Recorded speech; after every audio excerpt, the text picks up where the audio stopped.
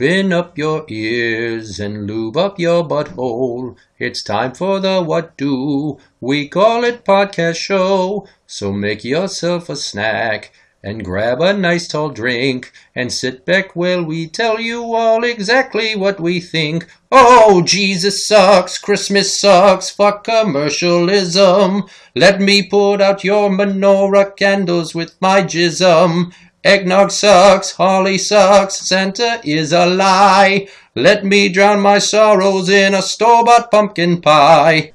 Hey everybody, it's Jmann and Danny. Welcome to the motherfucking Christmas episode. Hopefully you enjoyed my beautiful holiday ode to our own intro. And I thought of how that would work in Jingle Bells form today while taking a poop at work. So we're going to start with the Blaine High School Xmas pageant. And I'm going to let Danny explain that to you. Ready, go. So last Thursday, Blaine had their holiday concert, which they have every year. But this year they decided they wanted to sing, how do you want to pronounce that? Zayn Bika Eid Un Said. They're looking for diversity, and they have a very diverse school population, so they were going to sing Christmas songs and Hanukkah songs. Yeah. And that was a Muslim anthem, and the fervor is over the fact that that song contains the words Allahu Akbar, which translates into God is great, I believe. And it's also what almost every suicide bomber screamed before they hit the button. So, I mean, you could just be sitting there one day at the mall, and out of nowhere you just hear, Allahu Akbar! And then you don't have arms anymore. And see, the thing with this song and their whole excuse is that their school is diverse and they have a lot of different people in it. But you didn't hear them singing Our Dear Leader. I'm sure there's North Korean kids there. I don't really buy that. I don't know. It was kind of a publicity thing, I think. It is and it isn't. I see. Somebody must have gotten all hot and bothered, and they notified the local media who ran stories. Star Tribune, Care 11, a couple of media outlets ran stories. And Danny actually tried to get a hold of the broad in charge of the choir concert, and she's not even listed in the staff directory on the Blaine High School website. Also, he emailed some people to try to get some opinions, and what did they tell you? It's basically just the typical media release, about PC bullshit. Yep, about our school has diversities and this and that. But what I really wanted to know is whether or not some kid from like Mogadishu had a bomb strapped to his chest one day in a staff meeting and said, "You are going to sing this song or I'm going to blow you all to hell." Well, and did he give his other fellow students a say? Did they take a vote on this? It doesn't work that way. No, the teacher at the end of the day has complete control over what songs they're going to sing. So it wasn't just diversity, it was diversity, like it or not. From what I've read and seen, apparently the kids went to... Okay, so they sang this song actually in between the band coming off stage and the choir going on stage. It's kind of what I understood. So it's kind of a chaos moment. Everybody's kind of doing whatever, and it was this crowd sing-along. So they try to sneak it in there when people were paying the least amount of attention. Right, and Fair apparently enough. If the kids didn't want to participate, it wasn't going to be affecting their grade. But, I don't know, the whole thing seems awful silly. The song isn't even this time of the year holiday song. It's a Ramadan song, which that's what? Like, in the summer. Well, yeah. So it's... the Feast of Fasting. Right. Which fucking is an oxymoron. The Feast of Fasting. If you don't know what the fuck Ramadan is, it's the holy month of Ramadan in Islam. And they fast from sunup to sundown. So they wake up, they eat their asses off, they starve all day, they get really lethargic, and then they limp into the barn at sundown and they have a big meal and then go to bed. Probably not the best for your metabolism. So getting back to the whole thing though, like if you just put all the PC bullshit aside and look at it, is that really what you want to do right now with this, during this time of terrible relations between Muslims and Americans? The San Bernardino shooters, they were Muslim. We can't stop the holidays, Danny, because if we stop the holidays, then the terrorists win. But pick a different time to do it. Like, obviously they knew this was going to cause... like the anniversary of 9/11? Kick-up. I wonder if they sang Dreidel, Dreidel, Dreidel as well. I think they did, actually. Did they? Yeah. There was a list of songs, and of course, in the list of songs, they want to list first the Christian ones, like, look, we did these too, And then, like you said, they sneak in that one at That's the the end. status quo, is to satisfy the Jesus lovers. And then, oh, by the way, we snuck in some Hebrew It had all of your anthems kids too. singing Allah Akbar. And then all those other kids over there were like, well, what about us? And in reality, they didn't say shit because they don't care, but we wanted to be sensitive for them. We got upset for them, so we just shoehorned this shit in there, and fuck what you think. Merry Christmas. Wonderful how it works, isn't it? It's the most wonderful time of the year. Moving on to topic 2, sneaky Xmas shenanigans. And I put a poll up in the Truth Hurts So Good group on Facebook. And this one has to deal with sneaking peeks at your presents. As a kid, did you sneak a peek? Did you attempt and fail? Did you not try at all? Or were you so deathly scared of an ass whooping the thought didn't even cross your mind? What did you do? Sneaky me. Cut the tape and peeked at a few, probably. More than a few. And then tape the wrapping paper back together? Yeah, and sometimes it depends on what kind of tape they had on there. Sometimes if you're crafty enough, you could just peel the tape back, so you didn't even have to put new tape on. Ah, yeah, that's pretty good. I remember the year that I wanted a Super Nintendo, and we went to Kmart in, I don't know, we were like a Forest Lake or something, and then my mom made me go out in the car after I showed her what I wanted, then she came out like a while later, and I wasn't allowed to look in the back of the van. I was like, I'm pretty sure she got me Super Nintendo. What if she didn't, though? Well, that's the risk I was willing to take, because a few weeks later, I was looking for it, and she was dumb enough to hide it behind this green chair in the corner of her bedroom, which was down the hall from my bedroom, and she wasn't home, and I just went and I looked, and I was like, oh my god, I got Super Nintendo! That's fucking incredible! I was jumping up and down, just geeking out, so then I had to, act surprised. And Christmas, she's like, you peeked, didn't you? I'm like, I did. I totally peeked. So fast forward to a year later. I believe it was Donkey Kong Country 2 came out. And I was so stoked to play it that I waited one day for my folks to be gone. So I knew where she hid the presents. I went to the game. I used a box cutter to slice the spine of the plastic on the side where the fold opened on the box. I opened the box. I slid out the cardboard sleeve that the Super Nintendo game sat inside the box. Took out the cartridge. Put in a different one. Closed it back up. And I used a combination of spit and a hairdryer to reseal the plastic on the game. Nice. And by the time Christmas rolled on, I was like a third of the way to halfway done with the damn game. And I did that multiple years in a row. But there's a story of Xmas shenanigans of my parents. And it's one year I found this box down in the basement, up on the shelf. And it was the G.I. Joe mobile battle bunker. And it was like the fucking awesomest vehicle they had for G.I. Joes at the time, the little short ones. And I was like super excited. And I pointed at me. I'm like, is that for me? Is that for me? He's like, no, that's not it. He like made me upset. And then he moved the box to the garage.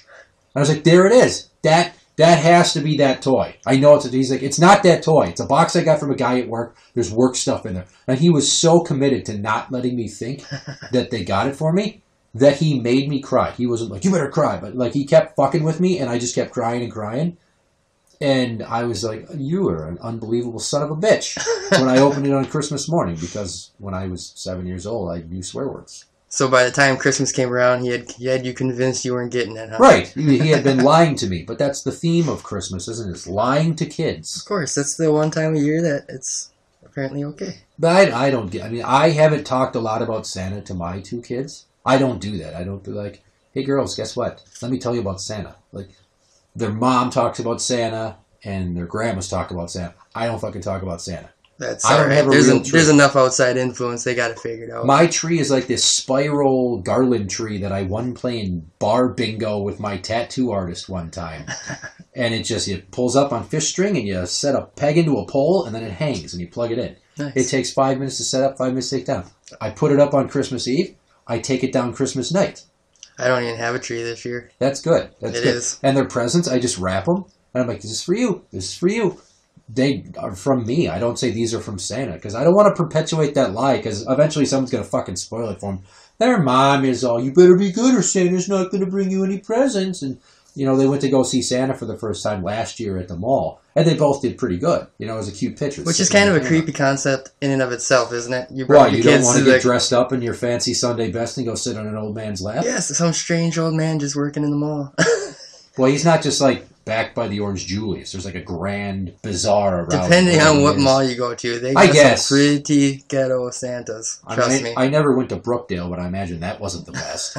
So they went to Santa last year, and they had a great time. This year, we didn't go to the mall. She knew some girl from work whose dad plays Santa, and the girl's a photographer on the side. So they went to her house, and we're going to take photos in the Christmas setup photo studio in the garage. The detached garage. Because that's even more natural. So now the kids are thinking that Santa just made a I don't house call. know. I think she told her She told them that Santa's helper.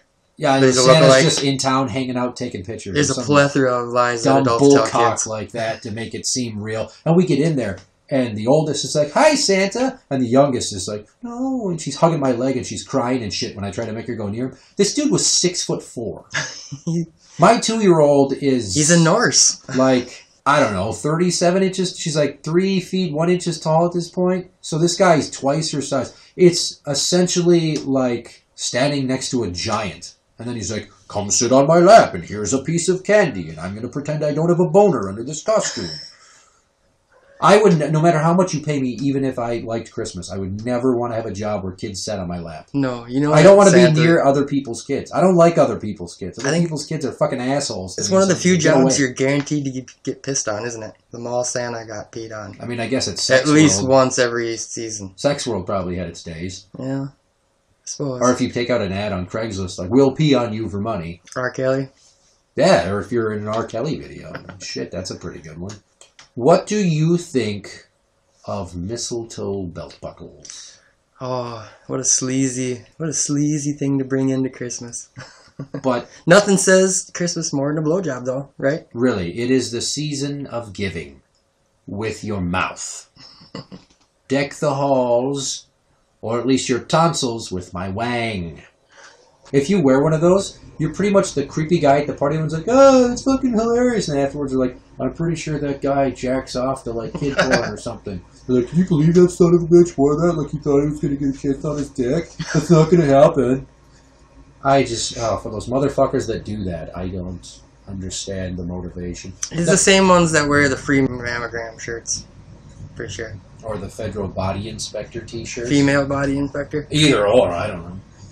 If you have to use a gimmick to get attention like that, then clearly you have no real personality. None You whatsoever. don't have to do that. It's like this shirt I had when I was in college. I got it because I thought it was funny. I didn't wear it to get attention. But Ron Jeremy had like porn star clothing, and I had the shirt that said "Masturbating is not a crime," which was a take on the skateboarding is not a crime. Yep. And I wore it to school one time, and people were looking at me like, "Do you not get that this is just like a joke? I'm not saying I like to masturbate." Yeah, totally back. Fuck. I still fucking wore it numerous other times, other places. It's still upstairs. I could probably go get it right now. That's a badass skating shirt, though. I don't think one of my teachers, like my logic teacher, was impressed. He saw it, he was just kind of like rolling his eyes and walked away. And I'm like, "You know what? You're a midget. You're a fucking midget. Shut up." Anyway, so there was a story that I saw on Yahoo last week that I kind of prefaced, and it was, "What Christmas is like for a single mom on welfare." Better than a Christmas for a single dad, because a single dad won't be on welfare. I don't think they won't are give going you to welfare. play that angle, but what they were going for is how like they have to make up these lies, like, "Well, you know, Santa doesn't come here because we're broke," which is like a really shitty way to smack a kid in the face with reality, you know? And the mom they interviewed wasn't just some dumb bitch who was spreading her legs all over town and got knocked up. It was a lady, I believe her husband had cheated on her and left her, and then he wasn't, you know, So being she was responsible. She's broke as fuck. she was because someone he who left actually her high and deserves dry. the welfare and is using it right. Yeah, Right. yeah. She's not like using her EBT card to get cash out to buy cigarettes or lottery tickets Or 40. or a 40. And they probably should start using it to take money to buy Plan B. Or I think they give it to those people for free anyway. Just, if you're poor, take your Plan B, because, well, there's not enough money in the Salvation Army jar to go around. You want to know why? And I've heard this from my ex, who knew former meth heads that worked at the Salvation Army. All the donations that go down there, not the money, the shit you donate, like objects, furniture, clothes. Mm-hmm. The people that work down there get first crack at the stuff. Oh, that doesn't surprise me. Allegedly. But can you imagine, like, "Oh, I sure hope that some poor kids get these toys this year." But next thing you know, some fucking crank yanker is giving the toys that you wanted for poor kids to his kids because he's a deadbeat piece of shit who doesn't work because he's high all the time. Yeah, that sounds Isn't all that right. fucking great? Well, most of the Salvation Army workers there are there for probation, Right. community service. Right, and then they all get jobs there once they're done. Yeah. Hey, now that you're in the program, let's keep you on to sponsor the people that are just getting over it. You can tell them about all your struggles and how you were a success story. Let's fire off a couple of quick ones. Here's a completely un-holiday related story here. Text message from my friend, Rick James. That's his actual name. That's Rick awesome. James, first and middle. Today at work, I'm watching a training course on workplace harassment. It's really hard to not find this hilarious.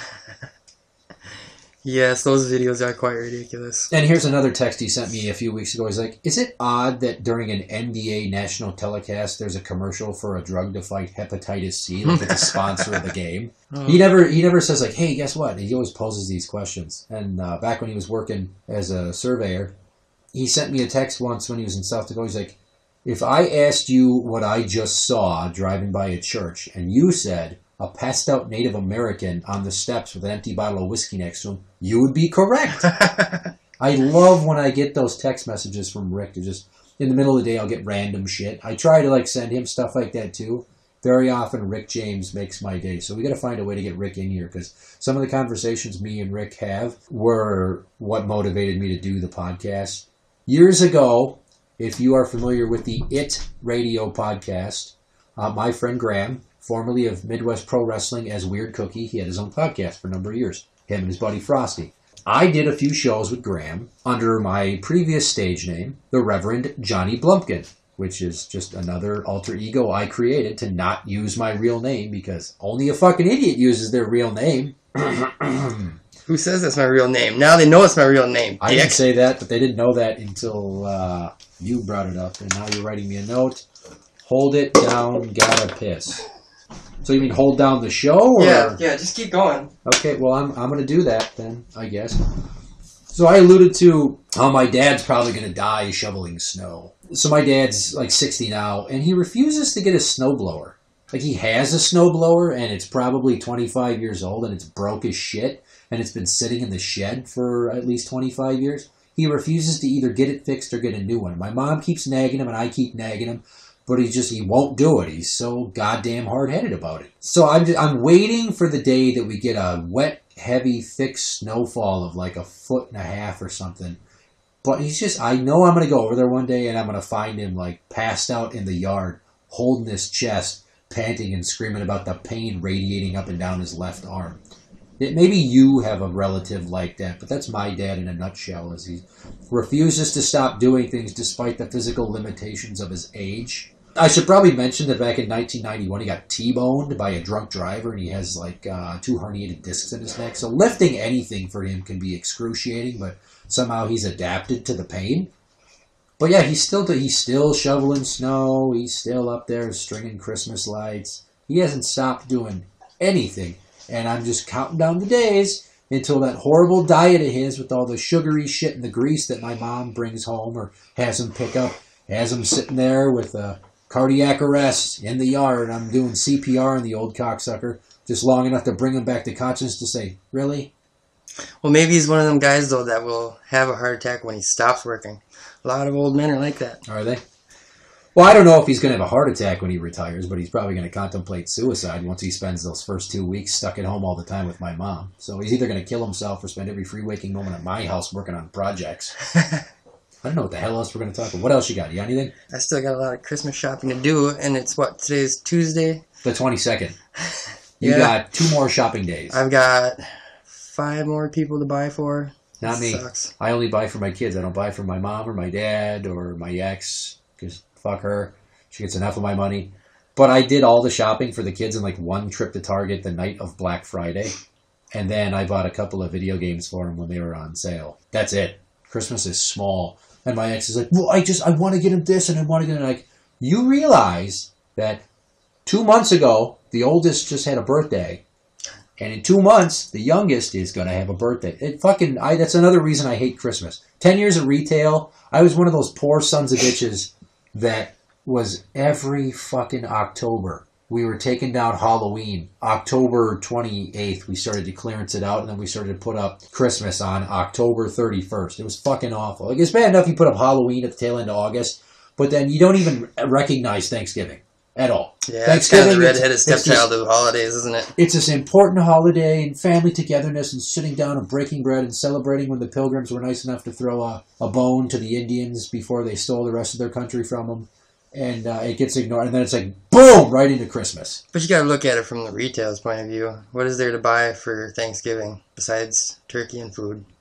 Decorative flags bearing pictures of pilgrims or turkeys. That's about it, though.